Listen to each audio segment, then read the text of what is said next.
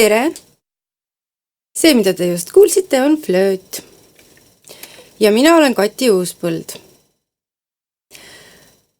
Olen töötanud flöödimängijana orkestris juba peaaegu 30 aastat ja praegugi olen orkestrant Eesti sõjaväeorkestris.